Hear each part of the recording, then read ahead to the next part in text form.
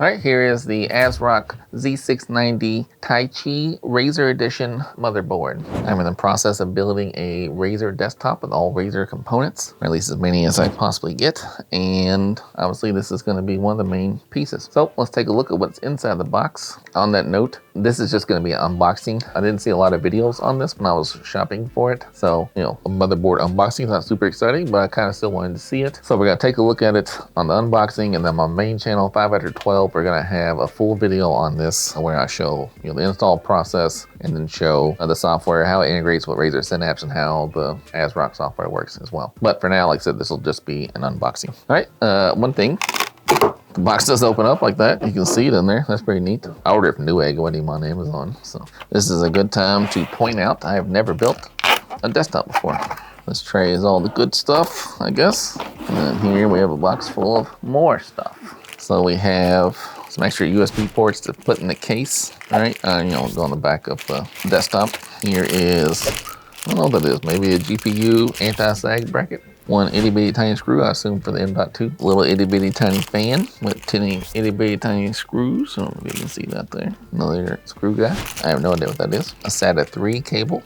I know that because it says it. This will be Wi-Fi pins, which I find very odd. I'm gonna use Ethernet anyhow, so I probably won't even use this, but it is weird to me that this has, like antennas for Wi-Fi. Yet another SATA 3 cable and another screw for the M.2 SSDs. And then some nice cable management wraps. What's in the other side here? What I'm gonna call a big waste of paper. There's a lot of information here, but I can't imagine anyone's using this book and not looking at a digital. I mean, this is a big book. Oh, it comes with my DVD. And a little clamp sticker thing. I'm not putting this on my case, but maybe if you like that kind of thing. That's interesting. I don't know what the DVD, I guess for drivers and stuff. But, and then all these little stickers to put on your computer if you want. I'm not gonna do that because I have the Razer Tomahawk case and I don't want to unpretty it with these things. But and there's a whole little disc. Yeah, I don't have a disc drive, so I won't be using this. I guess I do have a USB disk drive, but I still won't be using it. And I mean, look at the size of this book. That's crazy. On the different languages I see, so it's mostly only the front's English. There's only, roughly 50 pages of English stuff. So, I mean, I guess this is useful. Maybe I'll read some of this. Again, I've never installed one, so maybe I should read it. I'm sure you can get all that on their website, but either way. All right, so let's check out the main event here. This is the motherboard itself. Again, you don't want to damage the motherboard, so I'll probably build it in here the best I can. Don't even know what's in the back there. Let me see. I just said I wasn't going to lift it up, but now I am. Oh yeah, just a bunch of pins. But it does have this padding on it, and it is Velcro tied to the box here, so it's very nice. Again, this is a very expensive motherboard. Of all my Razer components, there's a Razer tax, as they say, for items, but I would say the most expensive items that were really preposterous, and I was just paying for just because I just wanted to, go all in on Razer stuff. Obviously I'm making a YouTube video and stuff. I would say this guy and the Razer power supply were the two ones that were the most overpriced. I'm sure it's a good motherboard, but I don't know what makes this one so much more expensive than other ones. Here's where your CPU goes, and it tells you LGA 17XX. Right, and I have an LGA 1700, so I have the i7-13700KF here. This is where your SSDs will go. I didn't know that at first, but this is where we'll take that off in a little bit and we'll see. Here's where your RAM goes, of course. Various plugins here and there. A little reset button, a little power button down there. This little digital guy. This is all wrapped up nice too. And of course it says Razer Chroma aRGB there. So let's take a look at what's in here. So here we have the BIOS reset button. That's our Wi-Fi antenna ports, HDMI, Lightning gaming, so faster SSDs, SPDIF, various audio things. And these, I believe, are Thunderbolt. They have the Thunderbolt symbol. So that part of the reason it costs more, I believe, is that. 2 Ethernet ports and a lot of USB ports. And that's really about it. No SD card slot, which I find odd that most motherboards don't come with an SD card slot. Like if you buy a Dell pre-built, it comes with it. I was kind of bummed that all these non-pre-built guys don't come with it. All right, yeah, there's a lot of money here in my hand. I don't want to mess it up, so I'm a little leery about how much unboxing I'm going to do, but at least before I start working on it, and I have other things to mess with for now, so we'll put this back in the box, and then we'll start. Actually, I'm going to read that book, I think. It does say, the ASRock Razer edition there. So yeah, we're going to do a little more prep work, and then I'll show some of this. The next day. All right, I actually read the manual last night. Some super exciting reading. So, and there are a couple things I actually did learn. Some options as to why this one is slightly more expensive than a standard essentially would be, obviously the addition of Thunderbolt It's gonna make it a little pricier. Let's just blast through some specs real quick, right? Obviously it has Thunderbolt. Again, my CPU doesn't have integrated graphics, so I won't be able to do DisplayPort through Thunderbolt, but the Thunderbolt should still work. It has 7.1 channel audio with the ESS Cybrade 9218 DAC, so that should be pretty good. Actually, I use a Razer THX DAC normally, so this could, maybe I won't need that anymore. It has a 2.5 gigabit LAN Ethernet port, also the regular 1 gigabit Ethernet port, and then it has Wi-Fi 6E, which is the latest and greatest. All right, so let's take a look at what some of these doohickeys are on this guy. There you can see the back of it. Obviously, here's your standard input and output ports over here. For that's going to be on the back of the case. It's going to see the back of the computer case. We'll see all of these pieces here, of course. So up the top here, those two guys up there. So two different 8-pin 12-volt connectors. Another reason the motherboard's more expensive, these are DDR5 right here. And you can see, super tiny. It tells you what to use first there. It also says it in the book, essentially. So I have 2 slots of RAM. They'll be going in the 2 and 4 position here. But it does say it on the motherboard. Super tiny what's on there. So here's the water pump fan connector up here. Your addressable LED headers are right here. Your ATX power connector right there, of course. So your USB 3.2 Gen 1 header is going to be right below the ATX right here. 11 is your USB 2.0 connector right here. And this is your front panel USB-C connector, which my case does have a USB-C connector on it, so that's good. 13 is an independent USB 3.2 Gen 1 Type A connector. Is this guy right here. It also is a straight up USB port. So right here is the USB 3.2 Gen 1 header, and then all the rest of these are the SATA 3 connectors. Right here, 18 is the chassis water pump fan connector. Both of these right here. Down here, 20, we have the power LED and speaker header.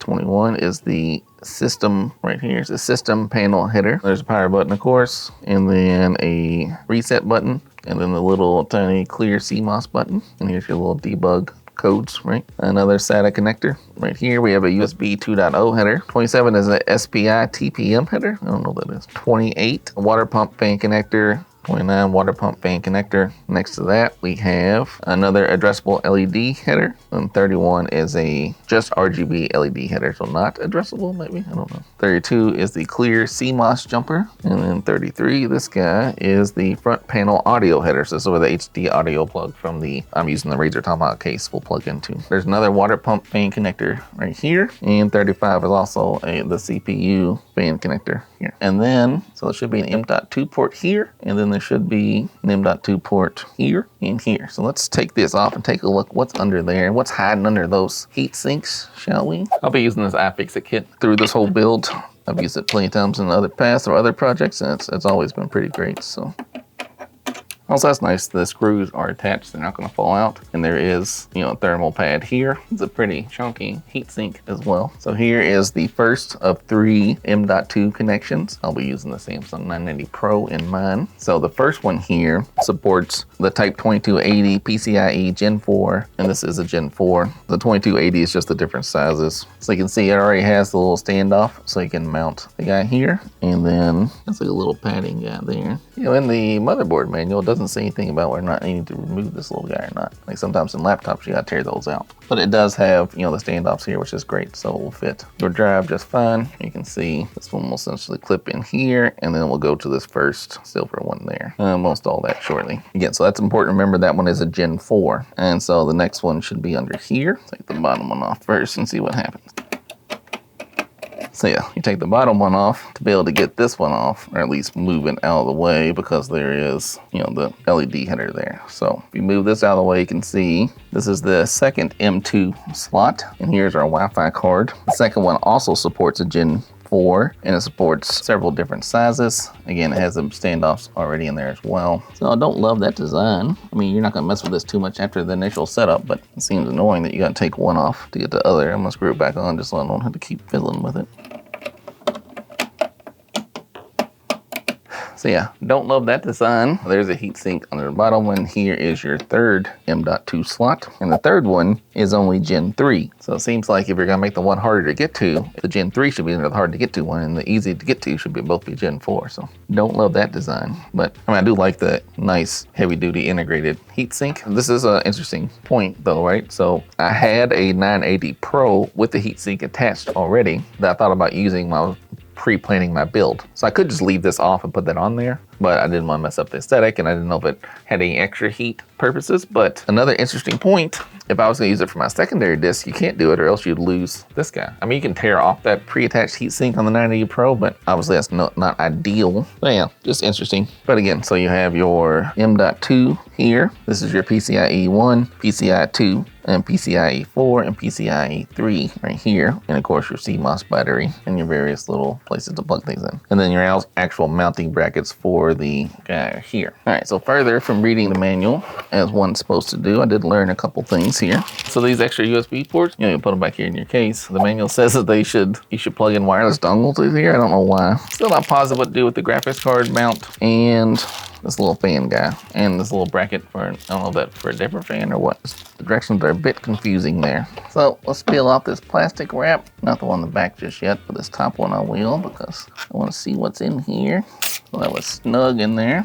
There's, of course, the Razer Edition logo there, and their tagline, for gamers, by gamers. That looks like it's almost like it's leather. I mean, it's more like a piece of paper or something, right? So maybe it's leather, I don't know. But it's not like hard plastic. All right, so confusing part for me, right here, it says to mount this fan. But then it also says not to mount the graphics card holder until you're properly installed into a PC case. And the same thing with this cooling fan with brackets. Let me see if the fan, okay, so this fan doesn't have a bracket. All right, so they're just two separate packages for the same thing. So essentially this little fan bracket will mount there. So you'll mount your fan right there. It's very odd. And then it plugs in, I guess, to that one. All right, so that makes sense. But it says not to do that until you get to the case. So I'm not gonna show that in the unboxing, but we'll show that in the full build. And again, same thing with the bracket case. It says not to do that until you're fully assembled. So I think I'm done with the unboxing. So it's kind of a mess, but hopefully it sheds some light on it. Like, I didn't know how these things worked. I only saw like one video on YouTube about this before I purchased it. So I wondered how these guys work. So now I know. And I had no idea it had a little fan there. Not looking forward to this CPU piece, but I guess we'll get her done.